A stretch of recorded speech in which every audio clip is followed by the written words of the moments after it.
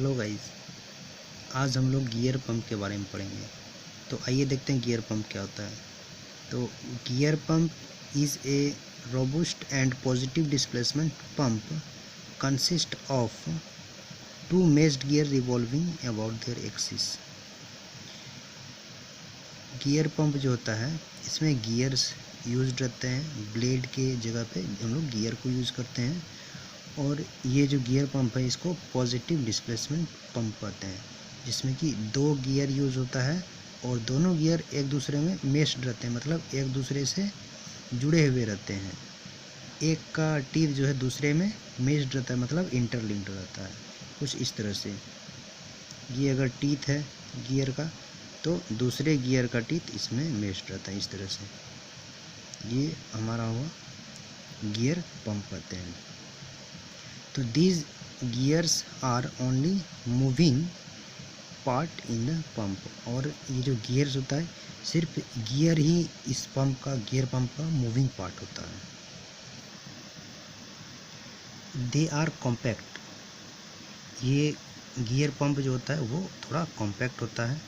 Less number of moving part, और इसमें जो है नंबर ऑफ मूविंग पार्ट बहुत कम होता है, जैसे कि अभी मैंने बताया सिर्फ गियर ही जो होता है इस पंप का मूविंग पार्ट होता है। हैंस इनएक्सपेंसिव इन नेचर, इसलिए जो है गियर पंप जो है ये इनएक्सपेंसिव होता है, मतलब बहुत ही कम कॉस्ट होता है इसका। The rigid design of housing allow the pump to flow the high viscous liquid with high pressure. और इसका जो डिज़ाइन हाउसिंग होता है, रिजिड डिज़ाइनिंग हाउसिंग के कारण इसका जो हाउसिंग होता है, डिज़ाइन होता है, थोड़ा रिजिड होता है, हार्ड होता है, जिसके कारण ये हाई विस्कस लिक्विड को भी हाई प्रेशर पर फ्लो कर सकता है। तो ये था हमारा गियर पंप। तो आइए देखते हैं क्लासिफिकेशन ऑफ गियर पंप। तो गियर पंप को मेनली दो ग्रुप में बांटा गया है, एक्सटर्नल गियर पंप और इंटरनल गियर पंप। तो अब हम लोग देखेंगे पहला टाइप जिसको एक्सटर्नल गियर पंप के नाम से जानते हैं। तो ये हमारा फिगर है एक्सटर्नल गियर पंप का।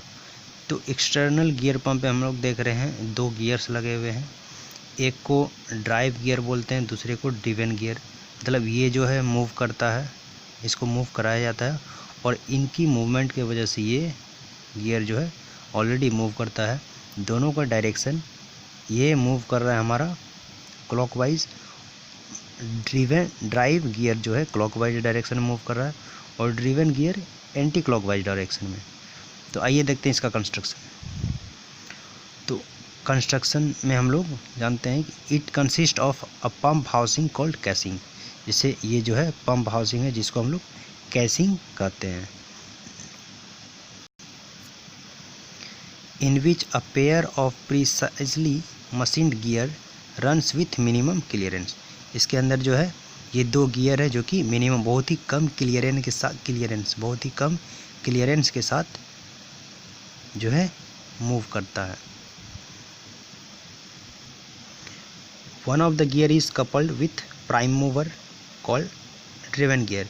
इन दोनों गियर में से एक गियर जो है प्राइम मूवर, जिसको कि हम लोग एक्स्ट्रा एनर्जी या बैटरी से या फिर इलेक्ट्रिसिटी से मूव कराते हैं, and other one is called driven gear. और प्राइम मूवर की वजह से ड्राइविंग गियर जो है ये ड्रिवन गियर को मूव कराता है।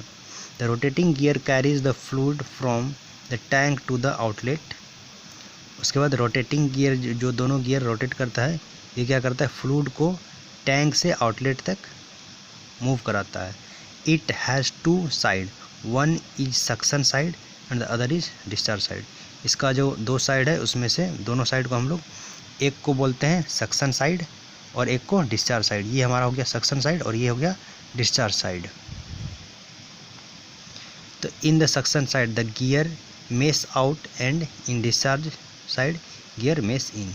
सक्शन साइड में क्या होता है, गियर जो है मेस करता है और डिस्चार्ज साइड में गियर मेस इन मतलब जुड़ता है और वहाँ खुलता है। जैसे कि यहाँ पे क्या होता है, सक्शन साइड है, सक्शन साइड में हमारा गियर जो है क्या हो रहा है, मेस आउट आके ये इधर मूव कर रहा है, ये टीथ इधर मूव कर जा रहा है।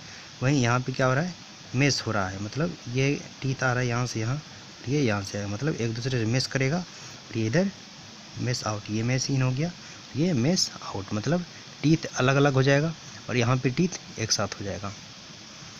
तो ये हमने अभी कंस्ट्रक्शन जाना एक्सटर्नल गियर का। अब हम लोग जानेंगे वर्किंग। तो वर्क कैसे करता है।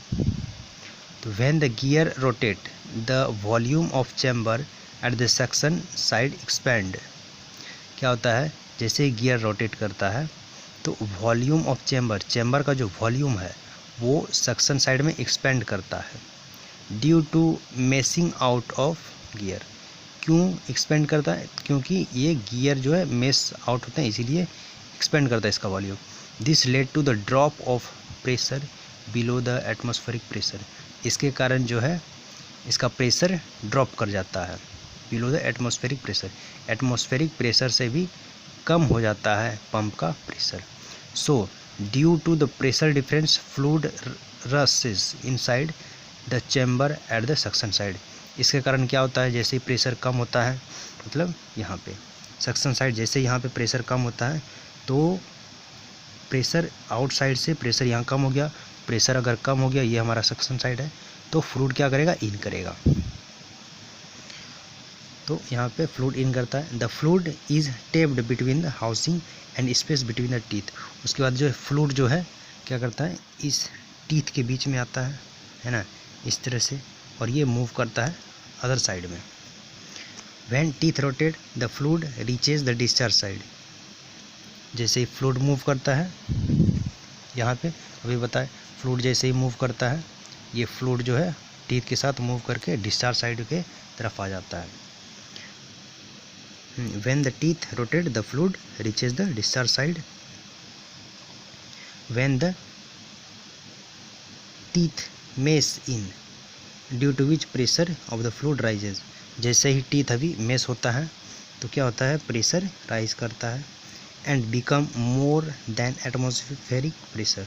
और ये क्या होता है, जैसे ही टीथ मेस इन करता है तो इसका प्रेशर राइज करता है फ्लूइड का, और मोर देन एटमॉस्फेरिक प्रेशर, और इसका जो प्रेशर होता है एटमॉस्फेरिक प्रेशर से ज़्यादा हो जाता है। यहाँ जैसे ही मेस करता है यहाँ पे एटमॉस्फेरिक प्रेशर से ज़्यादा प्रेशर हो जाता है, जिसके कारण फ्लूइड को ये बाहर की तरफ फेंकने लगता है, डिस्चार्ज कर देता है फ्लूइड को। तो ये हमारा वर्किंग है, कैसे हमारा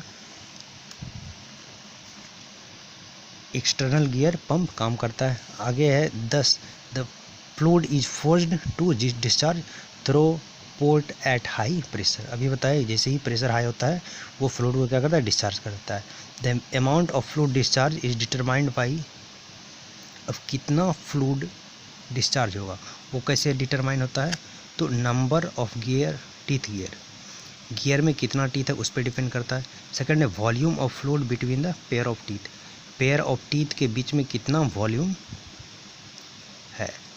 फिर स्पीड ऑफ रोटेशन, और स्पीड कितना है रोटेशन का, किसका रोटेशन, तो गियर के रोटेशन का स्पीड क्या है उस पर डिपेंड करता है अमाउंट ऑफ फ्लूइड, कितना अमाउंट ऑफ फ्लूइड डिस्चार्ज होगा।